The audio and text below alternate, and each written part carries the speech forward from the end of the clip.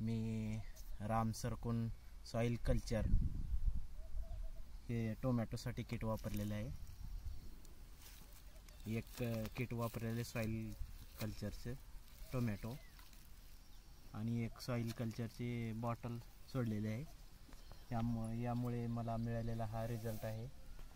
फुटवे भरपूर आहेत, नंबर 1 फुटवे आहेत, कोणताही रोग नाही।